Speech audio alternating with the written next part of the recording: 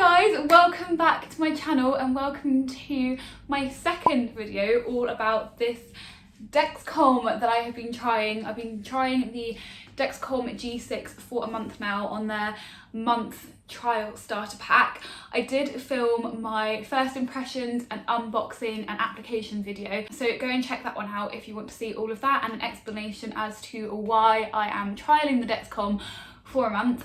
But in this video, I basically want to share with you my fully rounded and final opinion after nearly 30 days of wearing the Dexcom. I have learned a lot during this trial period and a few tips that I want to share and all the things that I wasn't aware of before I tried it myself. So I'm going to split up the video into a few different sections, and the first thing I want to discuss is accuracy. But to be honest with you, the first day of application of the Dexcom wasn't so accurate. It was a few points higher than what my finger stick blood test was. So I have been doing finger pricks throughout the whole time to check the accuracy of the Dexcom, and I will insert a few screenshots of the Dexcom versus finger prick accuracy. And yeah, the first day after application it tends to run slightly higher, but after that it was really pretty accurate, but it wasn't anything too bad, and as long as you're aware that it runs slightly higher on the first day, that should be completely fine.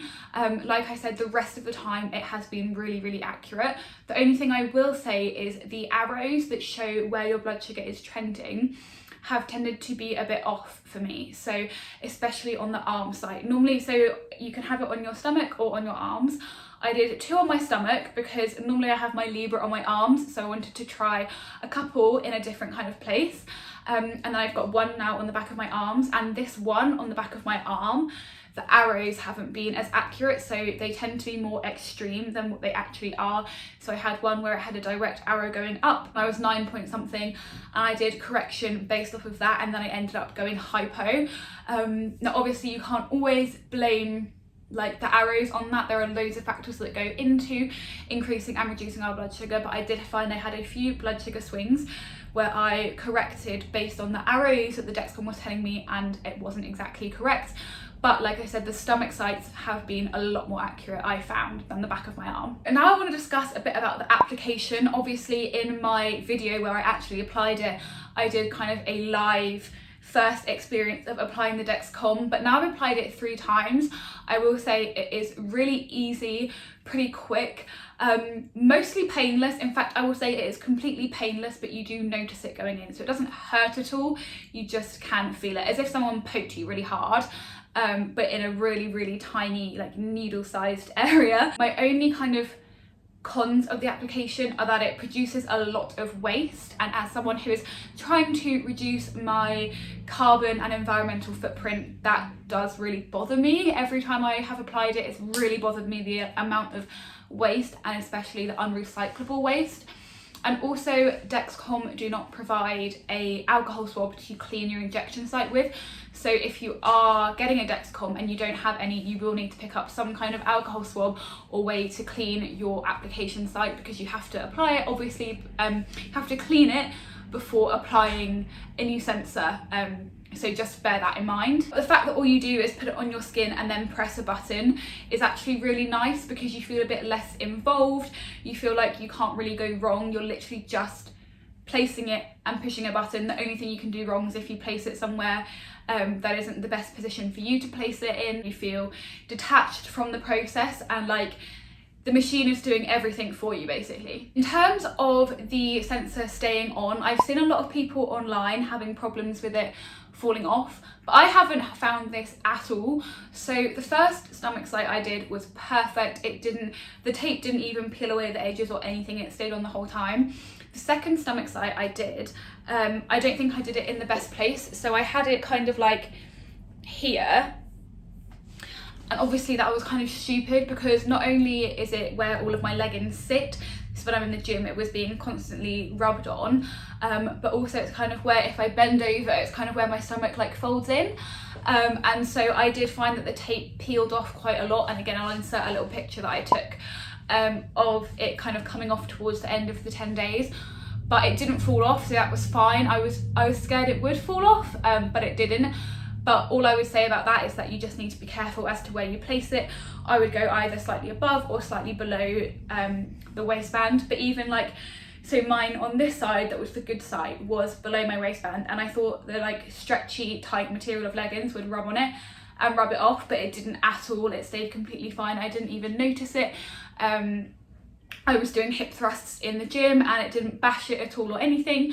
So that's been really good. And then the back of the arm site, you can see it's really well stuck on. It's not really fraying at all, and I've had this one on for quite a few days now. So in terms of it staying on, I personally haven't had any problems. I do occasionally catch it if I'm putting on a sports bra, if it's on the back of my arms, and I did for that reason kind of prefer the stomach site. But yeah, if you do have any problems with a Dexcom or a Libra in fact falling off, I would really recommend Expression Med Tape. I will leave them linked in the description box. I've used them before for my Libra and they're really good. They have so many different patterns and colours and stuff that you can choose from, depending on if you want something to blend into your skin or if you want to add a bit of personality to your CGM. But I would really recommend those. And if you do want to see any of my other videos that I have done about the Libra, I will link them all below for you as well. And then one final thing about the sites that you place it on.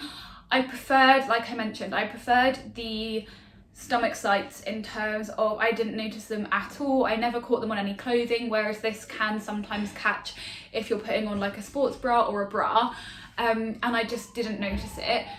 But if you have it on your stomach and you usually inject in your stomach, just be aware that obviously then there's a lot less room to inject. So one thing I did find was that when I'm at work, if I'm wearing a long sleeve top, I don't have access to my arms, and if I'm injecting at my desk, I only have access to a small portion of my stomach.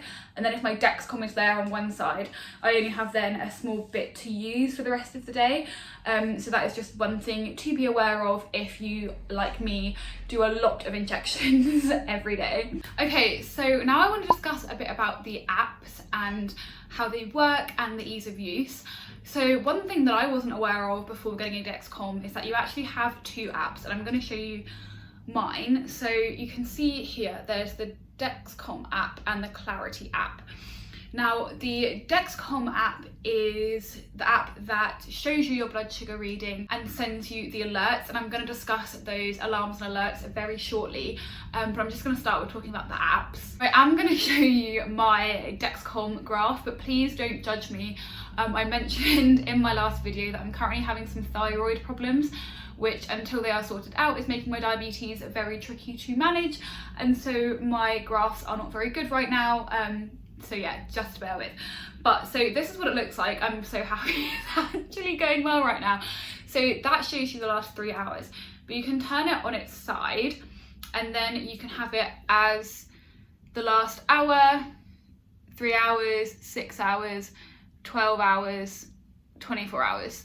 So you can see I've been having a few little high blood sugars that have been creeping up on me, but I like that you can choose what period of time you want to see it for. I find it helpful. Mostly I use either the normal screen view or the 12 and 24 hours.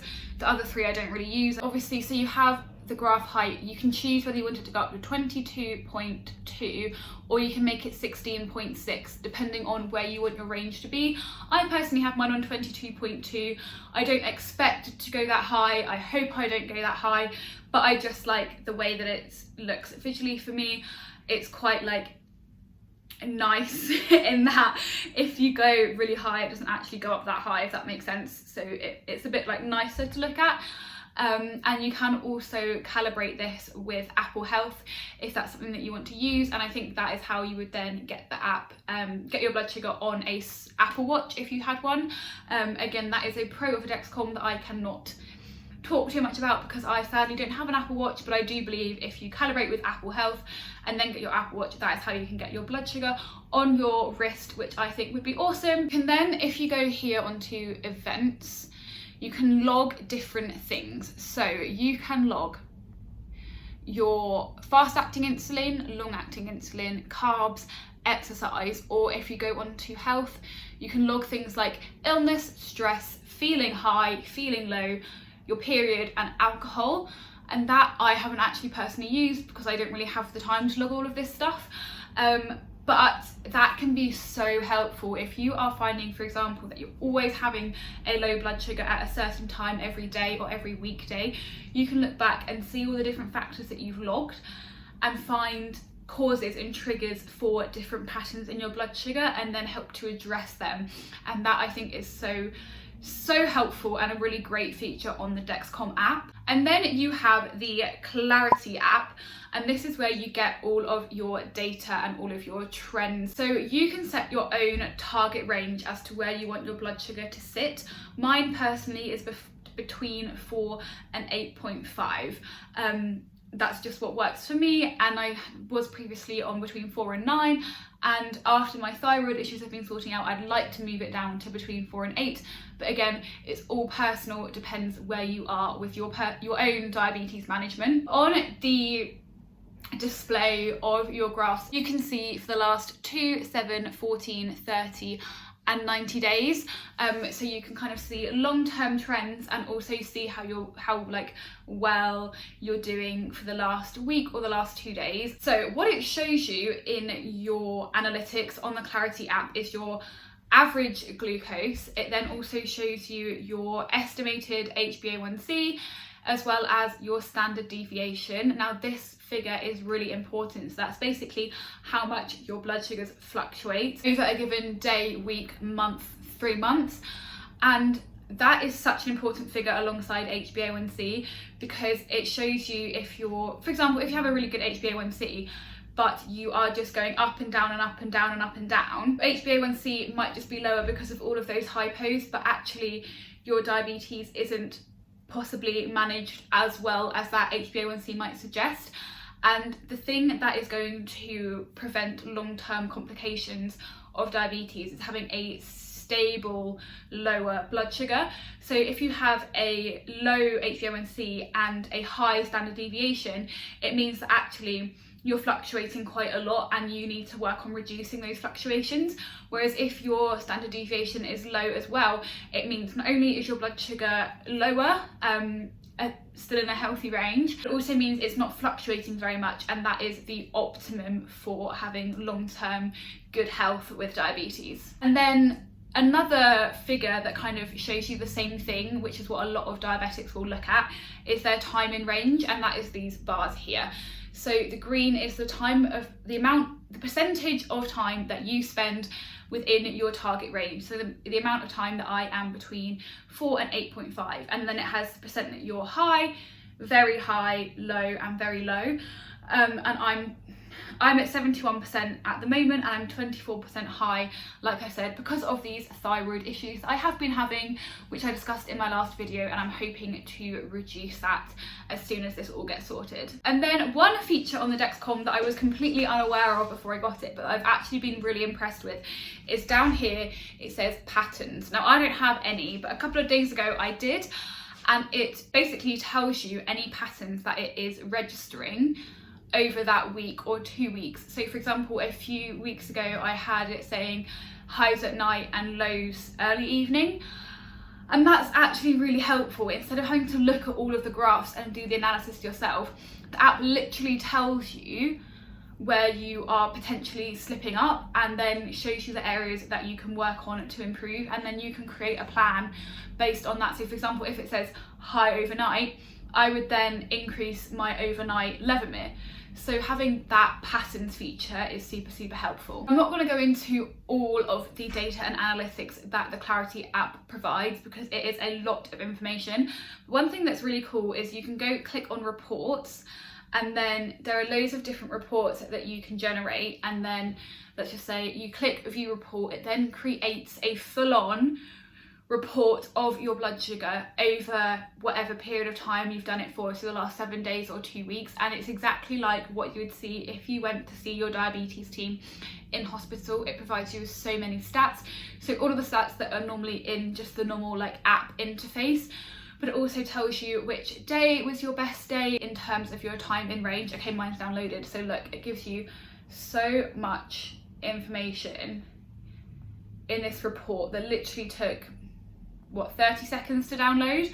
And if you wanted to sit down once a month and analyse your reports, that would have such a massive overall impact on your blood sugars. Another thing that I really like about the app is that it notifies you the day after every day you hit your target. So my target is to have 70% of my time in range, and every day that I do that, the next day it sends you a notification to say yesterday you hit your goal and you were 70% or more in range, and it also tells you the day of the week that you had your highest percent of time in range. Personally, I just really like that, because as a diabetic you don't really get people saying well done, and obviously it's not a big thing to just get like a notification from an app, but it's still recognition that you have put in a lot of work to manage your blood sugars, and that work is paying off every day. Another great thing about Dexcom is Dexcom Share and Dexcom Follow.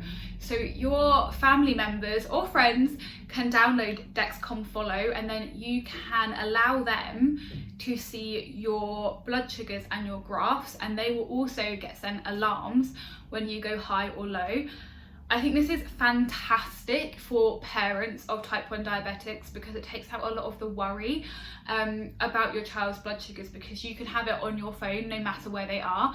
But equally, it's just really nice. Like the other day I was on FaceTime with my best friend and my blood sugar was going low and it kept dropping, and I could have just gone to the kitchen to like get some snacks, but I just didn't want to leave the FaceTime. We were having such a like deep, meaningful conversation, and I didn't want to distract myself from the conversation. But James kept getting these alarms, and he could see that I wasn't coming out to do anything about it. So then he came into the room with some apple juice and some low snacks for me, and I could just carry on my FaceTime.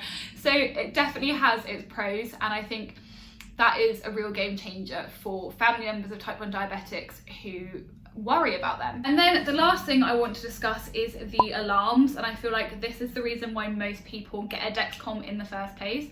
They are so helpful.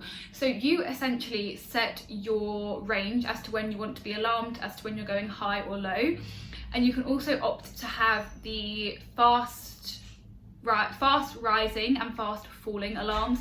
So if your blood sugar is rising or falling at a certain rate or above a certain rate, you will get alarmed so that you can then act before you get high or before you go low.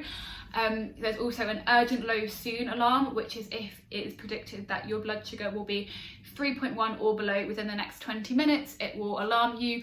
There's also obviously high alarm, low alarm, and then urgent low alarm.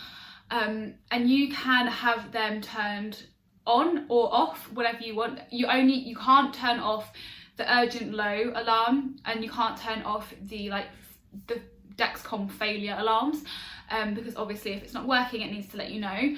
But you can have it so that either the alarms only sound if you have your phone on loud, or you can put on a setting so that your alarms will sound whether you have your phone on loud or on silent. So for example, at night you can have your phone on silent and have no like other notifications going off, but you can still have your Dexcom alerts turned on so that you will get woken up if you're going high or low. So with the alarm, once it goes off, it will carry on alarming you every 5 minutes until you go into the app and dismiss the alert. Then you can have a setting so that it will re-alarm you after whatever period of time you decide if you are still high or low.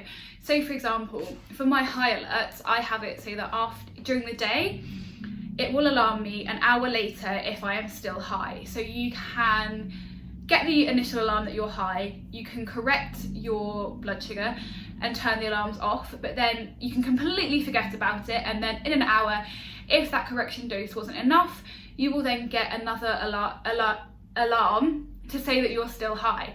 And you can customize this for low alarms and high alarms. So I think for the day I have every hour for both low and high, but then at night I have it so that it is every 2 hours if I'm high, because I don't want to be woken up every hour overnight, and because obviously you are sleeping and not expending any energy, it's going to take longer for your blood sugar to come down overnight than it would during the day if you were being active. So at night I have it every hour again if I'm low, but then every 2 hours if I'm high. So then I will be alarmed again if my correction dose hasn't worked, but it gives it that time to correct. And I think that setting is so helpful because it means you can act on a high or low blood sugar, and then you can completely forget about it. And then if you need to take further action, your Dexcom will tell you without you having to think about it. And another thing is you can also choose which sound you want for the various alarms. So you can have a different noise depending on whether you're high, low, rising fast, falling fast, whatever you want. Which is like not the biggest thing in the world, but the fact that the alarms are so customizable is really, really helpful. So you can really tailor it to what you want to get the best out of your Dexcom for your diabetes. So in summary, my final opinion of the Dexcom after my trial is that it has been a lot more comfortable to wear than I thought. I really didn't notice it at all. The alarms have been so incredibly helpful, and also it gives you a lot of data, especially if you download those reports. The only cons are that the accuracy has been sometimes hit and miss, and it's never been massively far out, but sometimes it will be 100% accurate, and then other times it will be out by 2 or 3, and then the arrows aren't always exactly what they realistically are. They don't reflect your blood sugar correctly. And so sometimes I'm finding I'm having to do a few more finger pricks than necessary because I'm checking the accuracy. But overall, if I could afford it, I would, oh my god, another siren. If I could afford it, I would 100% carry on with the Dexcom forever. But realistically for me, it's not financially possible right now, and I do get my Libra on prescription on the NHS for free. So once my trial is up, I will be going back to my Libra, and I'm also going to do a video for you in a couple of weeks comparing the Dexcom to the Libra and the pros and cons, especially as obviously in the UK you can potentially get the Libra on the NHS, whereas the Dexcom you'd have to pay for. And so I'm gonna explain whether I think it's worth paying for the Dexcom. Obviously I won't be, just because I literally cannot afford it. But yeah, that video is going to be coming soon, and until then I hope you guys have a fantastic day, week, month.